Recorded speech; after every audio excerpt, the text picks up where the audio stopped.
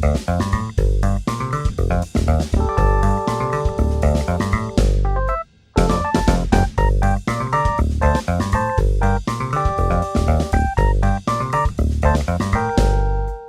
dia a todas, bom dia a todos. Sejam bem-vindos à Defensoria Pública do Estado de São Paulo. Em nome da Escola da Defensoria Pública, eu gostaria primeiramente de agradecer a presença dos senhores e das senhoras. Gostaria de agradecer a presença da Paula, que faz parte da nossa equipe interdisciplinar. Gostaria de agradecer a presença do Eduardo, representante da APAI. Para a Escola da Defensoria Pública é uma imensa satisfação realizar um evento em conjunto com a sociedade civil. Muito obrigado. E gostaria de agradecer especialmente o Núcleo dos Direitos do Idoso da Pessoa com Deficiência, na pessoa da doutora Renata Tibrissá e na pessoa da doutora Fernanda. Eu tenho certeza que esse evento vai ser muito gratificante para os participantes, porque todo evento realizado pelo Núcleo do Idoso é extremamente proveitoso. Especialmente essa temática de curatela, com essas relativamente recentes modificações da Lei Brasileira da Inclusão, temática extremamente delicada, temática extremamente relevante. Então, gostaria mais uma vez de agradecer e saudar a doutora Renata. Como lembrete, eu gostaria de salientar que, para a gente conseguir emitir os certificados, todos devem assinar a lista de presença que está aí na frente. E gostaria de convidá-los para conhecer os demais eventos e demais publicações da Escola da Defensoria Pública. Basta acessar o site da escola, na página inicial ali da Defensoria Pública, tem um link para a escola, para a EDEP. Lá existem outras publicações, outros eventos que eventualmente podem ser de interesse dos senhores. Muito obrigado e desejo um excelente evento a todos. Sem mais delongas, eu gostaria de passar a palavra à doutora Renata Tibrissá.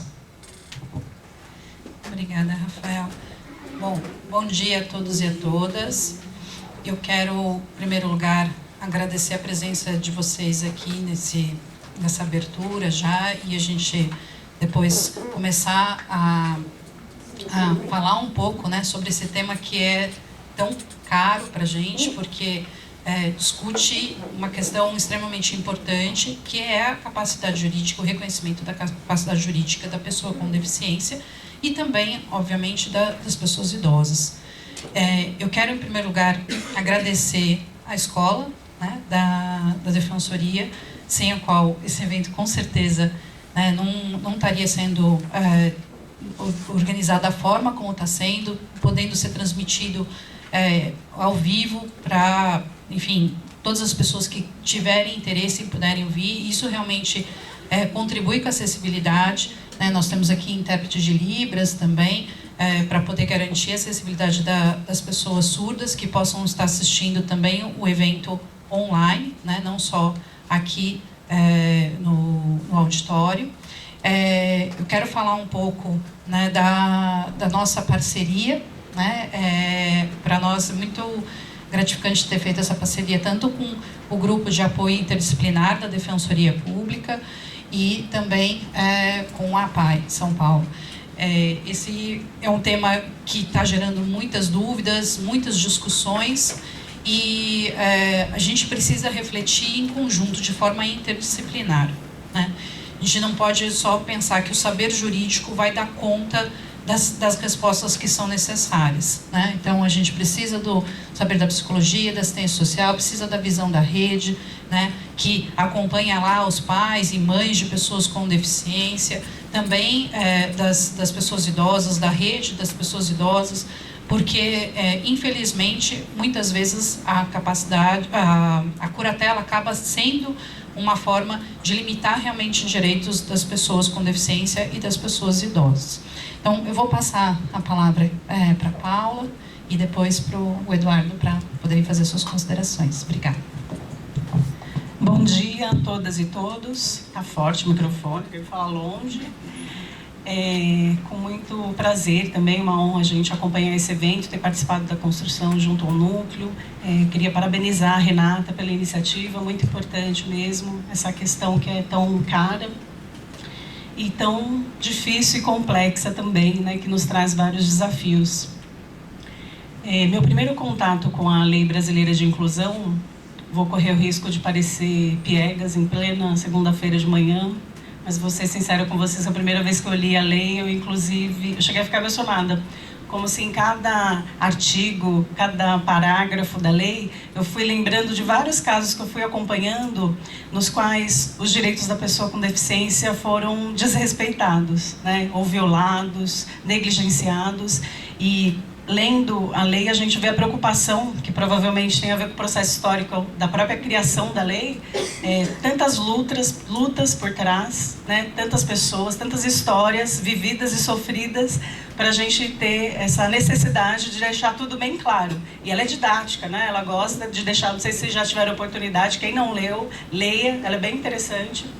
Ela tem a preocupação de ser didática, então, por exemplo, esclarecer conceitos como o de, de obstrução, né? Essa ideia que a CIF traz, no sentido da deficiência, não está no indivíduo, não está na pessoa, mas está na interação com esse ambiente que ela está, na interação com o seu território, né? Então, a lei também aborda a responsabilidade dos vários serviços envolvidos, vai dizer o que é da educação, o que é da assistência, o que é da saúde, né? Então, tirando da pessoa com deficiência essa responsabilidade, né? E como era tido antes como uma incapacidade do sujeito. Não, né? A lei traz uma outra visão muito importante. Assim como eu fiquei feliz quando eu vi a lei pela primeira vez, passado já esses primeiros anos, fico muito triste quando eu vejo casos concretos em que se repetem os mesmos estigmas e preconceitos. Né? Agora, já passado esse primeiro momento, né, da implantação da lei, a gente vê que corre o risco, como outras tantas leis, né, que embora pareçam muito avançadas e sejam, elas na prática continuam, traz o risco de se repetir. Então, por exemplo, na questão da interdição, que foi extinta, né, essa possibilidade, ou o risco da gente também usar uma curatela, por mais que a gente traga um outro nome, um outro conceito, uma outra lei, mas na prática repetir os mesmos problemas, né, de virar uma medida judicial que, ao invés de garantir direitos, vai violentar, vai respaldar, né, a exclusão das pessoas com deficiência. Então, acho que a gente tem um grande desafio, por isso que esse espaço é muito importante e acho que foi construído com muito cuidado, né, Renata? Se vocês olharem a programação nesses 2 dias, essa é a preocupação, um tema complexo, a gente precisa discutir multidisciplinarmente, também intersetorialmente, né? Por isso a importância de discutir casos concretos, né? A gente vai ter um momento de oficina, que é isso, às vezes está tudo muito claro para a gente, só que de repente a gente se pega num caso complexo, né? E aí, o que a gente faz agora diante disso, né? Esses desafios do caso a caso. Então, acho que vai ser muito rico esse momento e obrigada pela atenção e sejam bem-vindos. Muito bom dia a todos os componentes da mesa, bom dia a todos e a todas. A APAI de São Paulo se sente honrada em compor, em participar e ser parceira desse seminário, esse importante seminário, Capacidade e Curatela. A APAI de São Paulo, ela atua com a deficiência intelectual desde o nascimento até o envelhecimento, nas áreas da saúde, educação, qualificação profissional e na disseminação do conhecimento por meio do Instituto da APAI de São Paulo.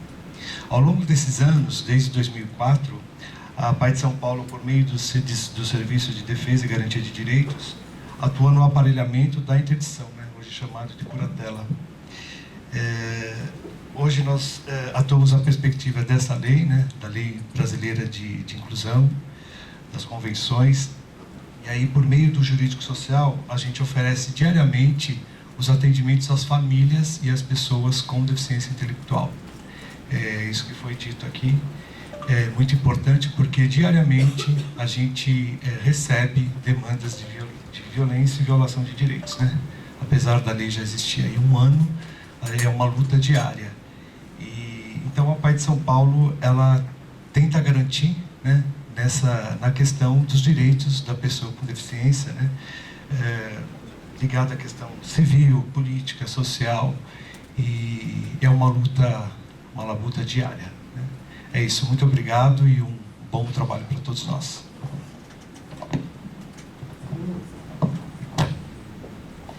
Então, a gente vai agora fazer aqui essa mesa de abertura e aí a gente vai dar início, então, à primeira mesa de debates. E aí eu gostaria de chamar a doutora Sandra Massoudi, promotora de justiça do COA Civil, e aí a gente vai fazer as trocas aqui. Muito obrigada.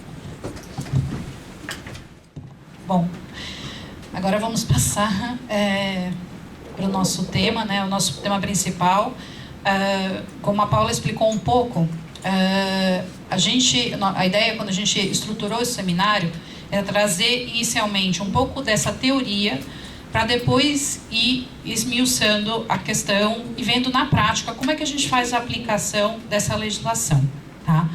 Então, eu vou falar para vocês um pouco. Em primeiro lugar, a gente precisa falar de quem que nós estamos falando, né?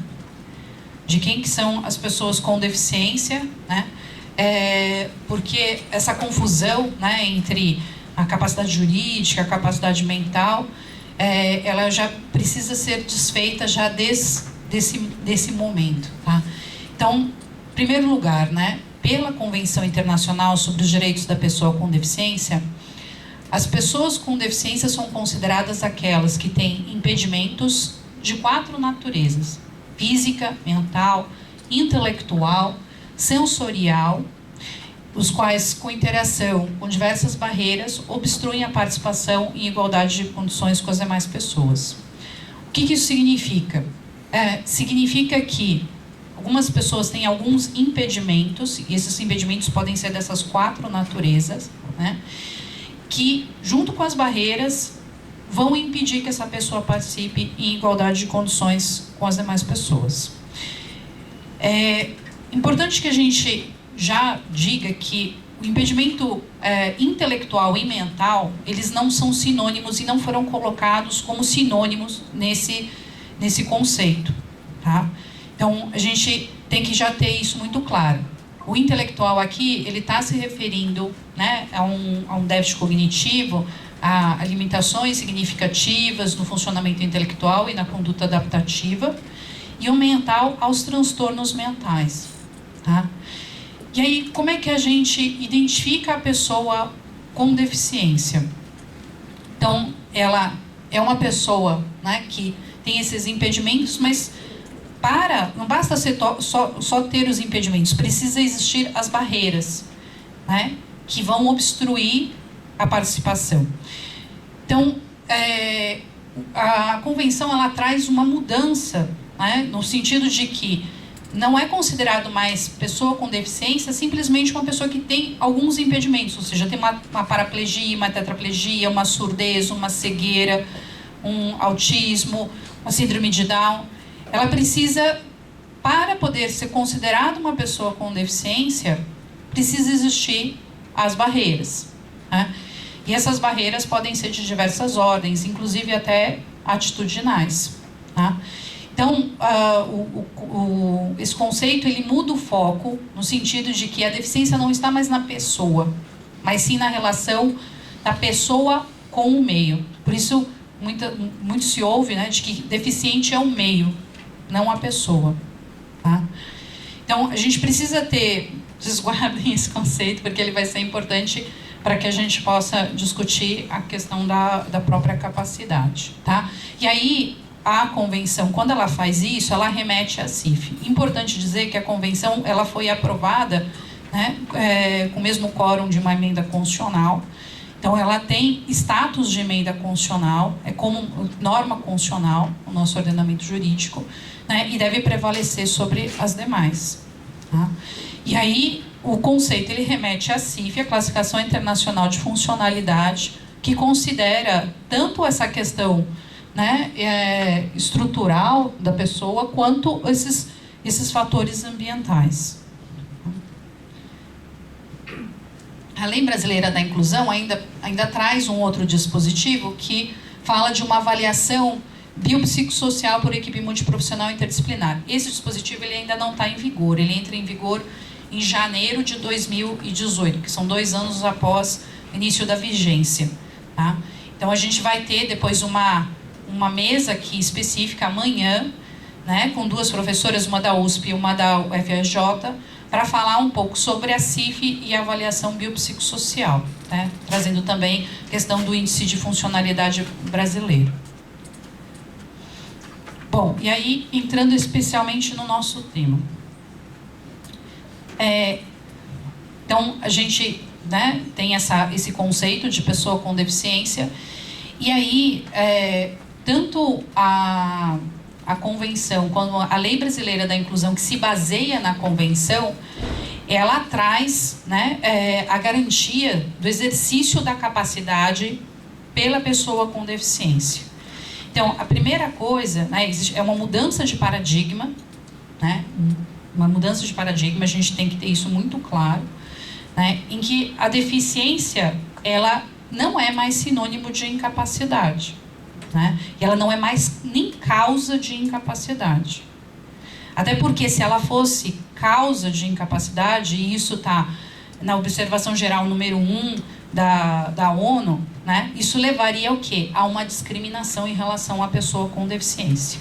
Então, a pessoa com deficiência, por mais estranho que possa ser, para quem estudou durante anos na faculdade e ouviu, né, dizer que a pessoa com deficiência não tem capacidade plena, tal, é por isso que isso é uma mudança de paradigma. A pessoa com deficiência tem sim tem capacidade plena. Tá? Então, a incapacidade não pode ser, porque isso seria evidentemente discriminação, como no passado já foi em relação a mulheres e negros. Né? Mulheres e negros passaram pela mesma situação que as pessoas com deficiência passavam anteriormente com o nosso Código Civil. Então, a gente precisa ter isso muito claro, que é o quê? É reconhecer essa pessoa como pessoa perante a lei. Ela é uma pessoa perante a lei e ela não pode ter a sua capacidade restringida, tá? Só porque ela tem uma deficiência. Tá? Isso tem que ter muito claro. Pode se discutir, e aí a própria ONU fala que é possível você restringir a capacidade das pessoas até, mas não por conta da deficiência, não por conta de uma condição. Né? Ou seja, não porque a pessoa ela tem deficiência, ou porque ela é mulher, ou porque ela é negra, mas porque ela é restringida por uma situação que é restringida para todas as pessoas. E a gente tem que analisar as mudanças que a Lei Brasileira da Inclusão fez no Código Civil, tendo isso como a questão principal. Tá?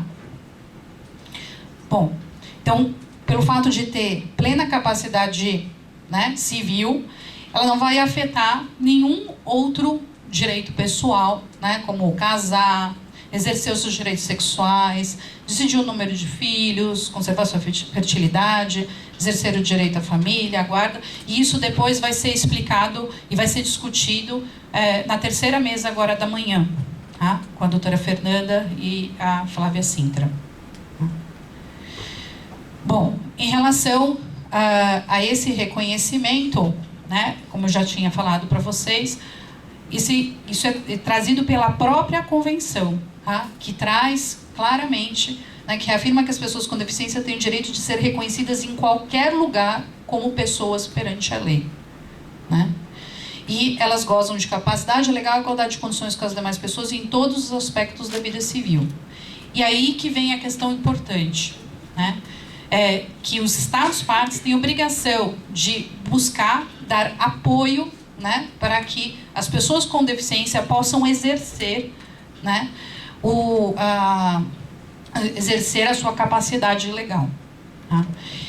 E hoje o que nós temos? Nós temos uma situação de substituição da vontade, né, com a curatela.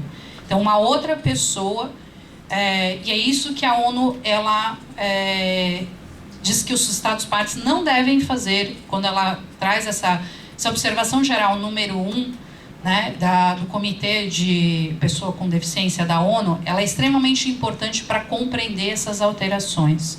Né? Então, ela traz essa questão que assim, não é mais uma substituição, mas pensar em como a gente oferece um apoio. O ideal seria o quê? Seria que a gente vivesse numa sociedade em desenho universal. O que significa em desenho universal? Mas sim uma sociedade que conseguisse atender o olhar, ter o olhar para todas as pessoas e para todas as diferenças. Né?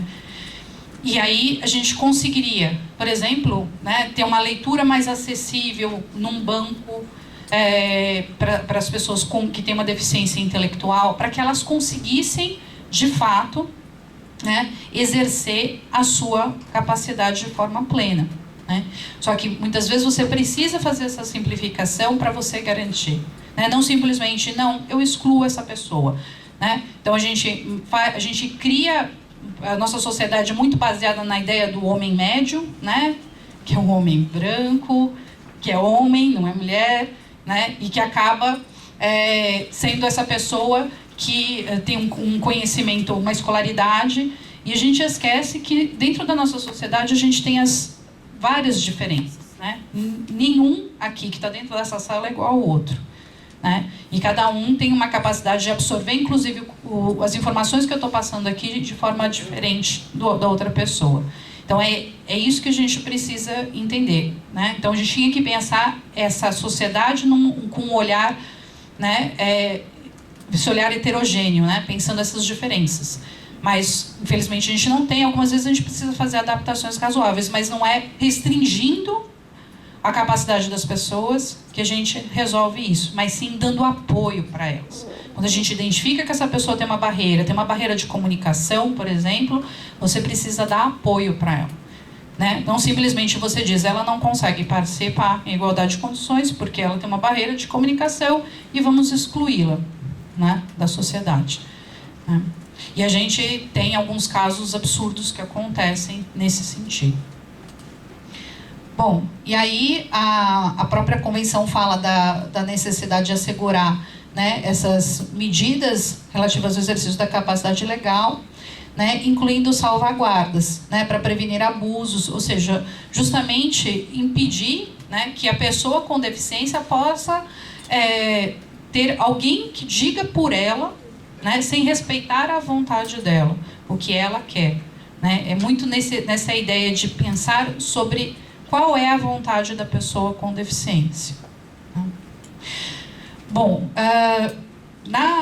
no nosso Código Civil, a gente tem a capacidade, pela doutrina clássica do direito civil, ela é dividida, a capacidade plena, em duas: a capacidade de ser sujeito de direitos, né, de direito, de gozo, para aquisição de direitos, ou a capacidade de exercer pessoalmente esses direitos de fato, ou de exercício, né? Então, a gente sempre ouve, desde o nosso primeiro dia lá, né, no primeiro ano da faculdade, a gente ouve, para a pessoa ter capacidade civil plena, ela precisa ter somar essas duas coisas, né? Ou seja, tem que ser capacidade de ser sujeito de direitos e de exercer pessoalmente esses direitos. E é nisso que a gente estava falando desde o início, né? Da importância de a gente reconhecer a capacidade plena da pessoa com deficiência. Então, não podemos mais considerar que a pessoa com deficiência ela não consegue exercer pessoalmente os seus direitos, né? Ela tem que se dar os apoios para que ela possa conseguir, né? Bom, os critérios que sempre se utilizou, né, a doutrina civil para a capacidade, para definir essas diferenças, né, do exercício da capacidade, incluía a questão da idade, da integridade psíquica, a aculturação, a civilização, no caso dos índios, a localização do indivíduo. Se vocês forem ver as mudanças que foram feitas, hoje o critério que permanece em especial é o critério da idade, tá? Por quê? Porque hoje são considerados, né, foram retirados do rol, tanto do absolutamente quanto do relativamente incapaz, as hipóteses de deficiência. Nessa ideia, do que a gente estava falando em relação, né, que é essa mudança de paradigma, em que a deficiência não pode ser pensada, né, como sinônimo de incapacidade, né? A pessoa com deficiência ela tem que ter reconhecida a sua capacidade plena. E aí se retirou, então, a enfermidade ou deficiência mental, né? Os mesmos, também, por causa transitória, não puderem exprimir sua vontade, mas principalmente essa questão, né, não tiverem o necessário discernimento para a prática desses atos, permanecendo apenas o quê? Os menores de 16 anos. No rol dos relativamente incapazes, ficaram os maiores de 16 e os menores de 18. É bastante discutível a manutenção aqui, do meu ponto de vista, tanto dos ébrios habituais quanto dos viciados em tóxico e até mesmo dos pródigos, né? Porque se a gente considerar que eles também podem ser considerados pessoas com deficiência, eles não deveriam fazer parte desse rol, né? Então, do meu ponto de vista, a gente teria que pensar só nessa hipótese, aqueles que por causa transitória ou permanente não puderem exprimir a sua vontade.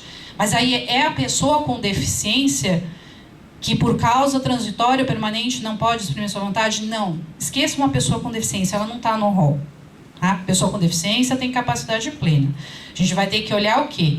Essa pessoa tem ou não capacidade de exprimir a sua vontade por causa transitória ou permanente? É isso. Tá? E aí, então foram retirados, né? Foram excluídos deficiência mental, que tem um discernimento reduzido, os excepcionais sem desenvolvimento mental incompleto. E esse rol, né, é taxativo. Então, porque é uma restrição de direitos. Então, quando a gente tem um rol de restrição de direitos, ele não pode ser interpretado de forma analógica, não pode ser estendido para outras situações, né? Então, ele é absolutamente restrito às hipóteses. Então, a pessoa com deficiência não faz parte do rol. Eu posso incluir? Não, não pode. Só se ela estiver naquela condição de que ela não consegue exprimir a vontade. E aí a gente vai ver, mas em qualquer situação que ela não puder exprimir a vontade, também não. Né?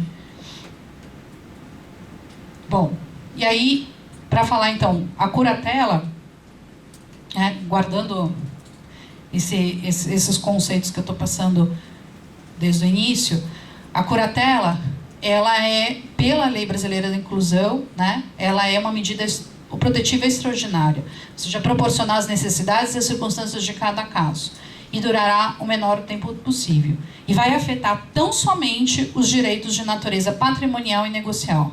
Não alcança o direito ao próprio corpo, à sexualidade, ao matrimônio, à privacidade, à educação, à saúde, ao trabalho e ao voto. Tá? Depois a gente vai ter, como eu falei, uma mesa para falar das hipóteses que não são alcançadas. Tá? Quem que então está sujeito à curatela?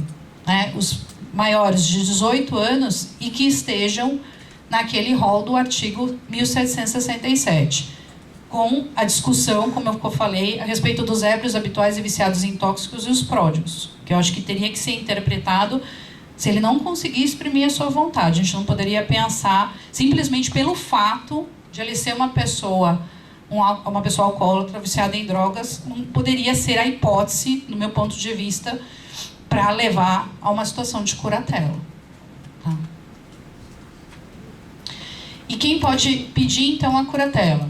Pais, tutores, cônjuge, qualquer parente, Ministério Público em algumas hipóteses, depois acho que a Sandra pode explicar um pouco melhor isso, e pela própria pessoa. Tá? E quem que pode ser curador? Né? O cônjuge, o companheiro não separado, né? O pai ou a mãe, o descendente mais apto, né? No caso, na ausência de pai e mãe, e não havendo nenhuma das pessoas, o juiz ele vai escolher. Né? É possível também, em relação à pessoa com deficiência, existir uma curatela compartilhada. E o curador, ele tem como atribuições as mesmas regras, né, a respeito do exercício da tutela, vão se aplicar à curatela. A única questão é que na curatela deve-se respeitar as potencialidades da pessoa, devendo ser explicitados os limites da curatela. Né? Então, a curatela não pode ser simplesmente ampla e restrita. Tá? Primeiro porque ela já só abrange os atos patrimoniais e negociais. E também não são todos os atos. Podem ser alguns atos só. E os curadores são obrigados a prestar anualmente contas de sua administração ao juiz, apresentando o balanço do respectivo ano. E para isso, as pessoas que estão sujeitas à curatela receberão todo o apoio necessário para ter preservado o direito à convivência familiar e comunitária, sendo evitado o recolhimento de estabelecimento que os afaste desse convívio.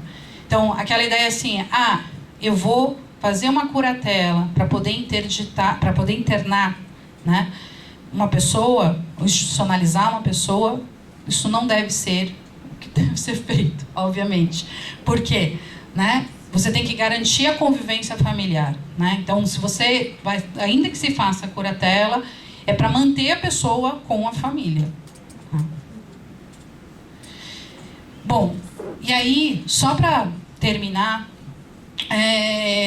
a questão, então, do meu ponto de vista, que hoje é central e que a gente tem que ter em mente, então, para que serve, então, essa curatela? A gente já falou que ela é uma medida extraordinária, A gente já falou que ela não se aplica à pessoa com deficiência pelo simples fato de ela ser uma pessoa com deficiência, só no caso de ela não conseguir exprimir a vontade de forma transitória, permanente, mas também não é para toda situação, para a realização de atos relacionados aos direitos de natureza patrimonial e negocial.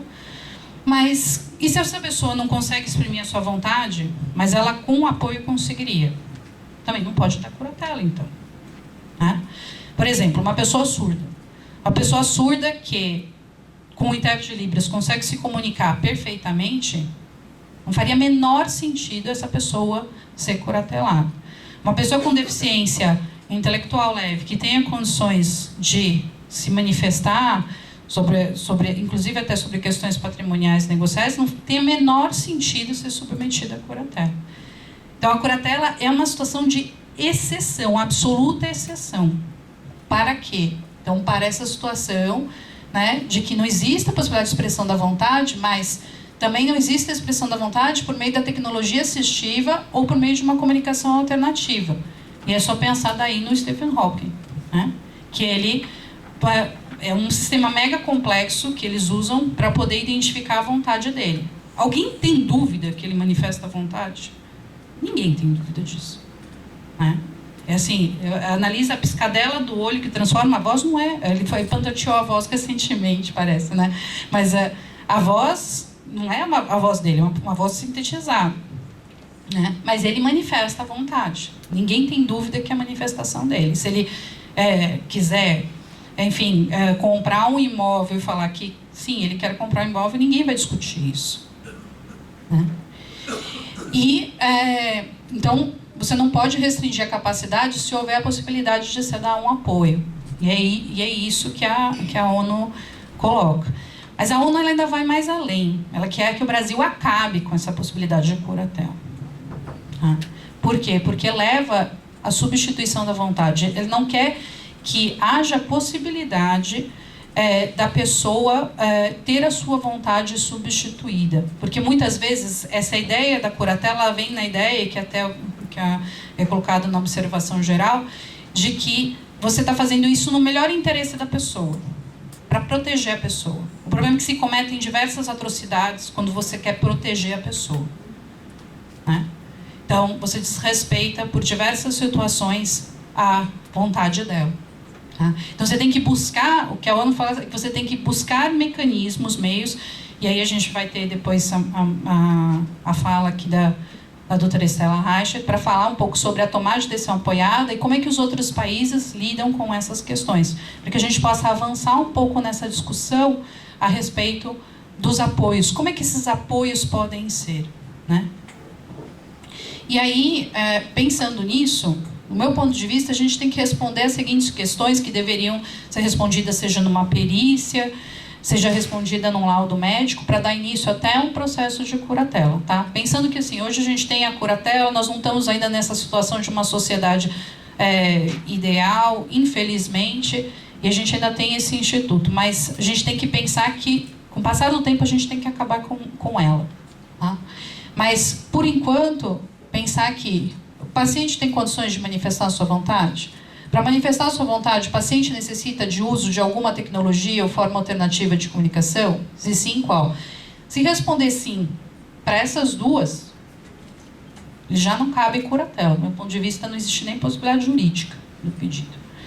Caso não tenha condições de manifestar a sua vontade, mesmo com o uso da tecnologia ou forma alternativa de comunicação, qual é a causa? A causa é transitória ou permanente, tem que se verificar isso, porque a lei fala numa causa transitória ou permanente.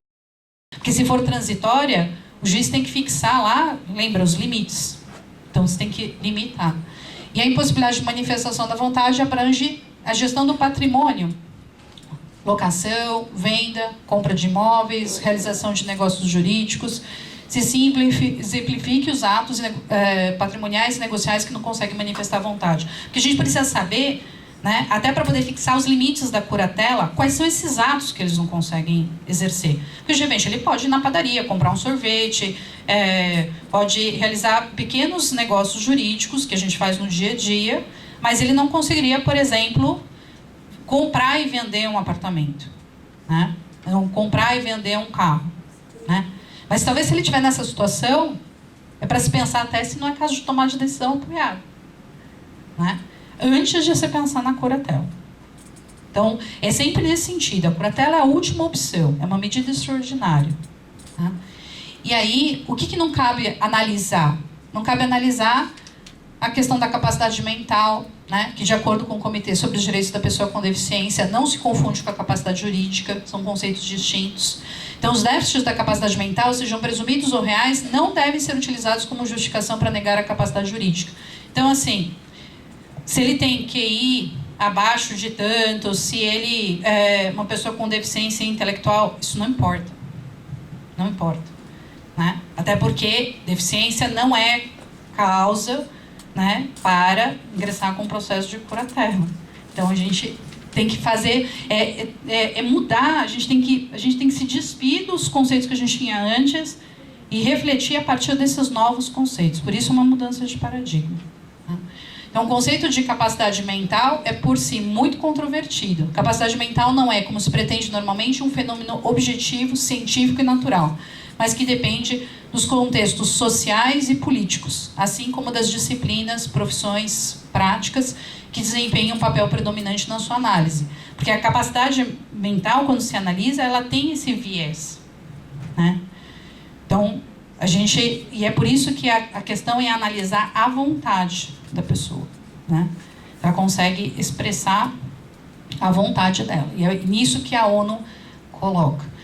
Então, esses são os primeiros conceitos, né, que eu queria trazer aqui para vocês, que acho que vão servir para a gente embasar as diversas discussões que nós vamos ter ao longo desses 2 dias. Né? A gente vai tentar depois, inclusive na parte da tarde, de amanhã, aplicar tudo isso que a gente está discutindo, vai discutir aqui aos casos concretos, né, que nós selecionamos, para poder pensar como é que a gente faz a aplicação, então, disso tudo numa situação concreta, porque é difícil. A tendência é a gente se prender naqueles conceitos que nós tínhamos antes, né? Então, a gente fala, não, mas aqui não dá. Não, aqui não é possível. Mas a gente tem que realmente se despir um pouco daquela bagagem que a gente trouxe para poder pensar sobre um novo paradigma. Tá? Então, eu agradeço mais uma vez a atenção de vocês e passo agora a palavra para a doutora Sandra.